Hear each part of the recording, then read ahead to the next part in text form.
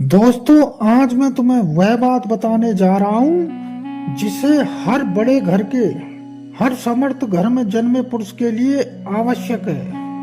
विवाह केवल प्रेम नहीं है, यह दो परिवारों की प्रतिष्ठा और दो वंशों के भविष्य का समझौता होता है। जब कोई पुरुष विवाह करता है तो वह अपने जीवन में ऐसी संगनी लाता है जो हर क्षण उसके साथ खड़ी रहे, उसे समझे, उसे संभाले और उसके कुल का सम्मान बनाए रखे। इसलिए यह निर्णय अत्यंत विवेक से करना चाहिए।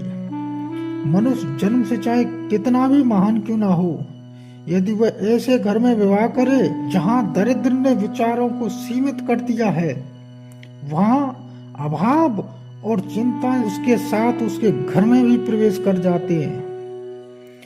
गरीब का अर्थ केवल धन का अभाव नहीं है, बल्कि वह मानसिक स्थिति भी है जहां हर छोटी बात में संघर्ष हो, हर इच्छा पूरी होने से पहले बोझ की तरह दबने लगे।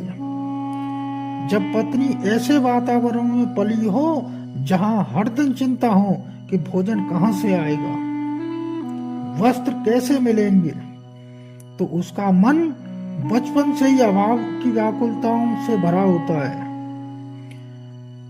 विवाह के बाद पति पत्नी के एक दूसरे के साथ स्वाभाविक रूप से मन साझा करना होता है, परंतु यदि पत्नी का मन हर समय अपने मायके की समस्याओं में उलझा रहे तो वह नए घर की मर्यादा और शांति को पूर्ण मन से निभा नहीं पाएगी। वह पति से अपेक्षा करेगी कि उसके मायके को सहायता दी जाए।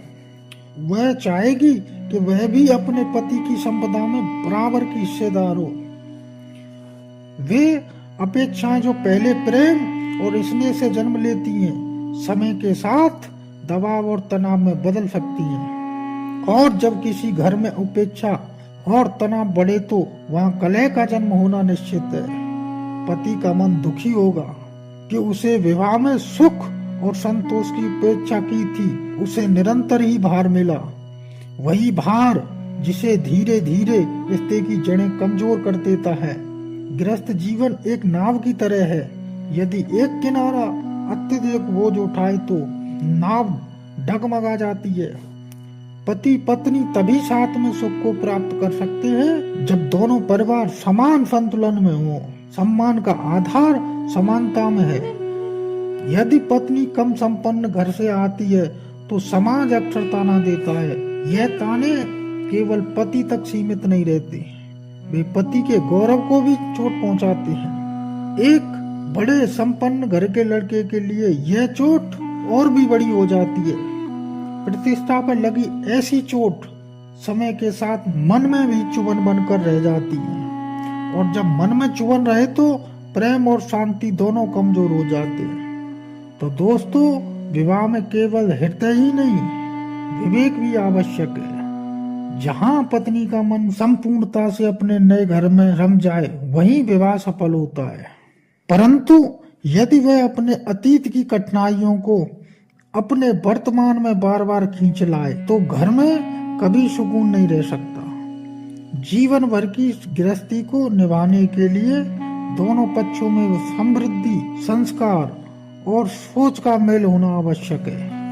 यदि मेल एक दूसरे के प्रति सम्मान को जन्म देता है, और सम्मान ही प्रेम का सबसे मजबूत आधार है।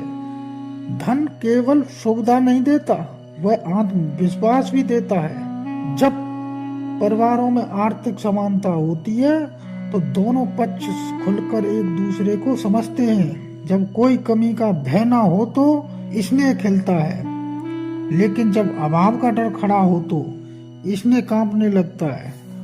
इसलिए विवाह ऐसा हो जहां किसी को यह महसूस न हो कि एक पक्ष केवल दूसरे के सहारे जी रहा है। व्यक्ति बुद्धि में कितना भी बलवान क्यों ना हो, पर यदि गृहस्थ जीवन में शांति से ना चले तो विजय का आनंद भी फीका पड़ जाता है। बाहर के शत्रु को तलवार से हराया जा सकता है, लेकिन घर के भीतर की पीड़ा मन को तोड़ देती है। और मन टूटा तो वीरता का औचित्य ही क्या रह जाएगा। इसलिए विवाह का निर्णय ऐसा होना चाहिए जो सुख और समृद्धि को बढ़ाए, ना कि नई कठिनाइयों को जन्म दे। याद रखो, विवाह भविष्य का निर्णय करता है। यदि भविष्य ही संघर्षों से भरा हो जाए तो घर परिवार दोनों पर संकट आता है। इसलिए दोस्तों, संगनी का चुनाव विवेक से करना। ऐसे कुल से पत्नी लाना जहाँ केवल धन हो बल्कि उच्च विचार और संस्कार भी हो, जहाँ तुम उसे सम्मान दे सके और वह तुम्हारे सम्मान को बढ़ा सके। तभी तुम्हारा वंश, तुम्हारे परिवार और तुम्हारे जीवन तीनों सुख में रहेंगे। यही अनुभव, यही चेतावनी और यही मार्गदर्शन आज मैं तुम्हें दे रहा हूँ। इसे हृदय में अंकित कर लो, क्योंकि आज का विवेक कल की शांति होता है।